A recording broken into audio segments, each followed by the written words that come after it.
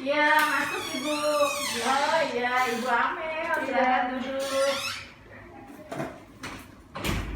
Duduk Pak. Ya, duduk ya. Iya Ibu Amel, Bapak perkenalkan saya Bidan Eni.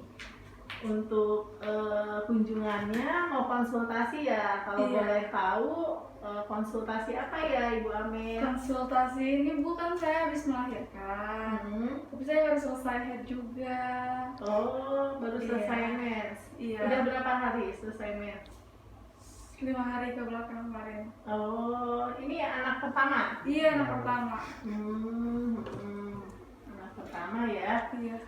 Itu. Jadi mau di itu dulu ya, Iya, mau diatur dulu ya jarak kelahirannya ya. Iya.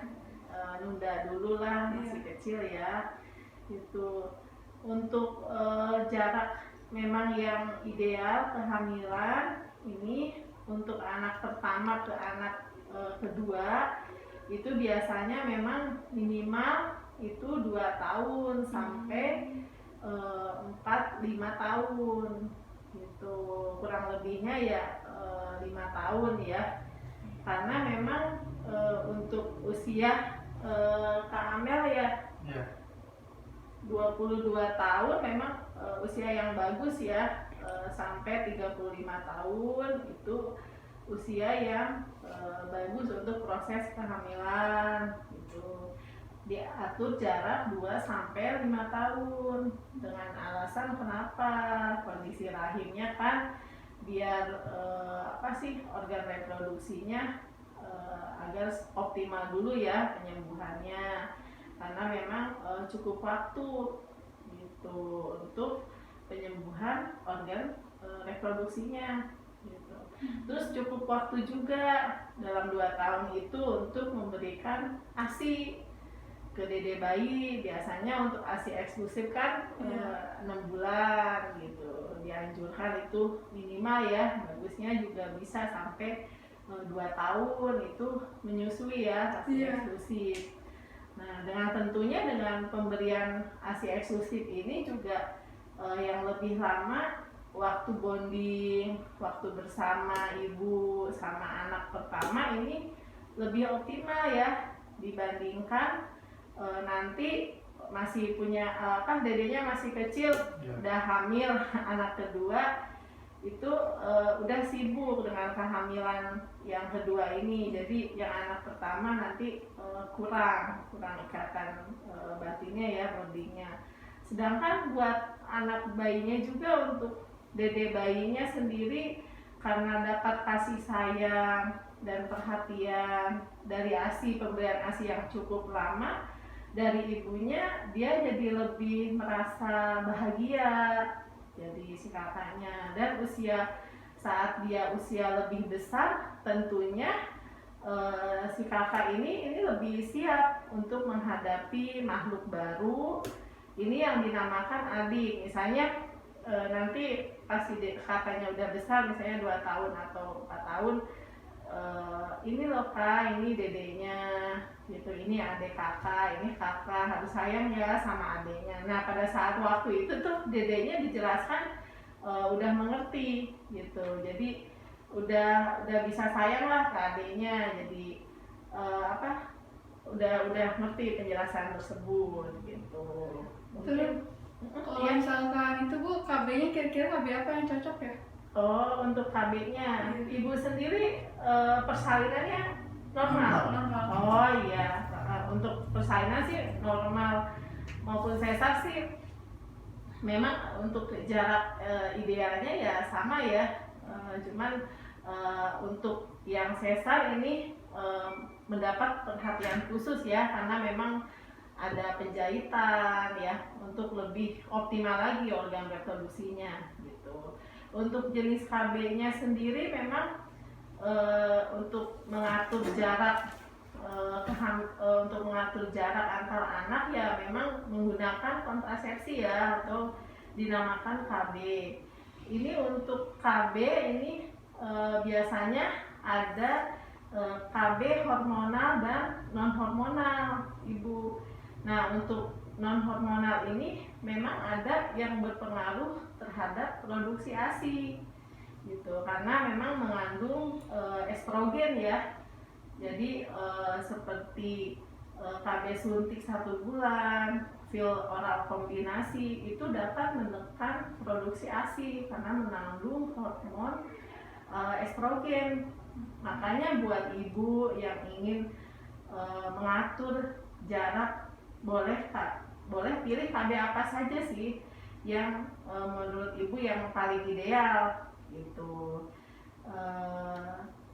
Saya mungkin menjelaskan ini secara garis besar aja ya Bu ya. Untuk KB non hormonal ini bisa dimulai dengan pakai kondom untuk suaminya ya, itu bisa, atau juga bisa menggunakan KB kalender itu, atau yang cukup umum untuk yang untuk lebih lama lagi ibu bisa menggunakan KB IUD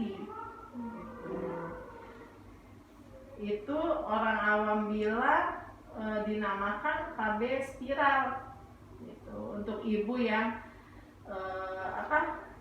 sekarang ya masih menyusui ya, saya sarankan ya yang bagus, yang tidak menekan produksi ASI ya gitu. Tetapi ya balik lagi gitu, memang untuk 2 tahun ini tadi yang saya bilang KB spiral kan memang 5-5 tahun ya, memang ini cukup populer ya Bu ya, karena untuk sekali pakai ini untuk 5 tahun gitu. Tetapi bagaimana nih kalau menurut ibu misalnya anak sekali pakai untuk 5 tahun, tetapi bagaimana kalau ibu misalnya mau program anak 2 tahun aja, ya tinggal dilepas, nanti datang ke Bu Bidan, mau dilepas nih, mau program anak, ya udah dilepas. Kalau misalnya tidak ribet, dia juga pasangnya mudah, lepasnya juga mudah gitu, nanti tinggal datang ke Bu Bidan minta dilepas gitu. Kadang ibu misalnya takut, masa ada dimasukkan sesuatu ke arah genital ibu ya, ada nggak sih metode lain ya saya biar tetap bisa menyusui ya gitu. Berarti ibu pakai ya berarti bisa pakai yang hormonal tapi yang tanpa estrogen gitu. Ibu bisa KB suntik yang 3 bulan, ini murni mengandung hormon progesteron tanpa estrogen, jadi dia tidak mempengaruhi untuk produksi ASINya ibu gitu. Cuma KB jenis ini mengandung hormon progesteron dalam KB suntik 3 bulan ini juga implan ya. Implan itu yang dimasukkan ini susuk di bawah tangan ya, di tangan ya. Dia biasanya untuk KB 3 bulan dan implan ini susuk kesuburannya agak lama. Jadi kalau orang awam bilang, kok saya setelah KB lama sih, susah hamil gitu. Kalau kata orang, kok saya setelah KB kok susah hamil gitu. Kemarin waktu habis nikah pas punya anak, masih ada anak pertama kan langsung punya, karena pengen ngatur jarak agak lama saya KB ini. Kok ini habis KB kok susah hamil gitu, jadi susah hamil. Jadi memang jika bicara KB yang non hormonal ini sifatnya karena memang mekanik Bu. Jadi IUD dipasang gitu di dalam, dipasang di rahim, begitu lepas bulan depan kalau misalnya ibu subur bisa langsung bulan depan pas ibu subur ya bisa hamil, bisa langsung hamil gitu. Tetapi berbeda untuk KB yang hormonal, dia tidak seperti itu karena KB-nya ini bersifat deposit, dia tersimpan seperti suntik 3 bulan terus dan implan, karena jarak kerjanya itu dimasukkan dalam dalam badan, kemudian dikeluarkan sedikit-sedikit. Makanya suntik 3 bulan, setiap mau habis disuntik lagi kan, 3 bulan kunjungan ulang ditentukan sama Bu Bidan kan, suntikan 3 bulan, jadi sekali habis dia dimasukkan lagi gitu. Kadang-kadang ada akumulasi sisa-sisa yang hormon tersimpan di badan gitu, maupun tidak suntik, si progesteron ini masih tinggi di badan ya Ibu ya. Makanya tidak heran kok saya langsung udah berhenti suntik, udah tidak implan, kok masih belum mens ya gitu. Kadang-kadang ada yang sampai 4 bulan, 6 bulan baru mens. Makanya Ibu nanti misalnya ini kan si dedenya 8 bulan ya. Jadi Ibu misalnya tahun depannya lagi, misalnya mau Desember depannya, tahun depan mau merencanakan anak kedua. Jadi Ibu pas berhenti KB itu jangan pas umur pas bulan November, Oktober, Desember. Saya anjurkan itu 4 bulan atau 6 bulan sebelum Ibu merencanakan untuk anak kedua. Jadi langsung berhenti. Kalau misalnya suntik ya langsung nggak kunjungan ulang lagi. Kalau misalnya susuk implan ya berarti minta dilepas, datang ke Bu Bidan gitu. Mungkin seperti itu gitu. Mungkin karena Ibu sekarang habis mens, tadi kan udah saya jelaskan, Ibu kan dedenya kalau melihat dari tekanan darah Ibu Amel ini ya, tekanan darahnya 110/80, nadinya juga 80 normal, suhunya 36,5 normal, respirasi 20 normal, berat badannya juga bagus ya Bu ya, 163, tinggi badan 163, berat badan 53 ya, normal ya, ideal ya, nilainya juga 23,5, ideal, bagus gitu. Jadi Ibu nanti banyak makan sayur, buah, banyak minum air putih, lagi nyusuin. Nah sekarang pengen diatur nih jaraknya, tadi saya udah jelaskan ya. Itu kalau misalnya mau jaraknya lebih ini ya tadi yang saya jelaskan, KB suntik yang 3 bulan atau IUD nanti Ibu kapanpun ini mau program langsung lepas, gampang Pak. Atau misalnya tadi kan sudah saya jelaskan kan, atau bapaknya dulu yang mau KB gitu, mangga sistem kalender. Cuman itu beresiko kan kalau sistem kalender, Ibu kan sibuk ngurus dedenya gitu.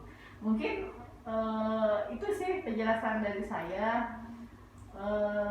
Dikembalikan lagi kepada Ibu, kepada Bapak, nanti kebutuhannya mau apa gitu. Yang pasti saya harapkan usianya 23 tahun ya, 22 tahun ya Ibu Amel ya. Saya harapkan sih minimal 2 tahun baru punya adik, atau bapaknya? Kayaknya sih 2 tahun. Oh iya. Minimal 2 tahun ya Pak ya. Gitu. Masih muda ininya. Bagus, usianya masih sangat bagus untuk terjadinya kehamilan ya. Jadi sekarang fokus ke ASI dan tetap dijaga dulu gitu. Nanti dikembalikan ke Ibu ke Bapak. Nanti keputusannya seperti apa, mau sekarang ayo mau disuntik gitu, berarti yang 3 bulan, atau mau pasang IUD, nanti kita tentukan harinya ya gitu. Ya mungkin itu aja. Bapak Ibu ada yang mau ditanyakan? Oh iya ya. Berarti cukup jelas ya Ibu Bapak.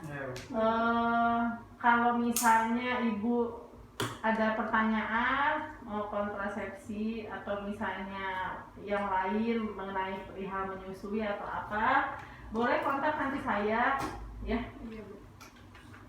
Itu nama saya Ibu. Ya, ini yang nomor WA-nya. Bisa nanti WA, mau telepon langsung boleh.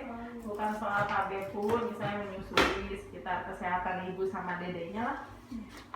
Mungkin itu aja. Ya, makasih ya Bu. Ya, sama-sama Ibu.